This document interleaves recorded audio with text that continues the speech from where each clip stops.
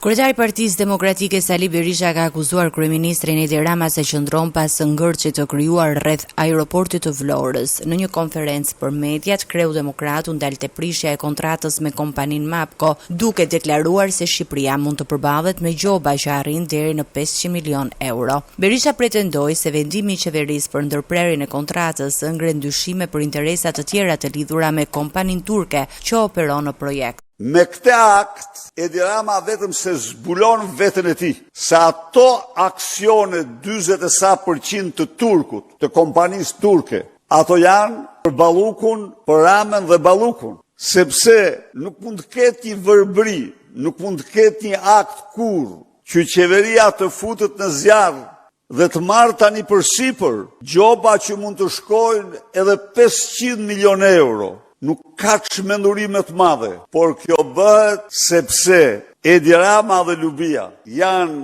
aksionerët e vërtet të aksioneve të kompanisë turke dhe ata kanë përcaktuar për veten e tyre 130 milion euro biletat munguara. Kreu i Partisë Demokratike kritikoi edhe nismën pasqyra Albania të qeverisë duke e cilësuar atë si një mashtrim. Sipas Berishës, kjo platformë rrezikon të krijojë një barrierë të re mes qytetarit dhe administratës, ndërsa akuzoi kryeministrin se do ta përdorë edhe këtë mekanizëm për përfitime të palishme.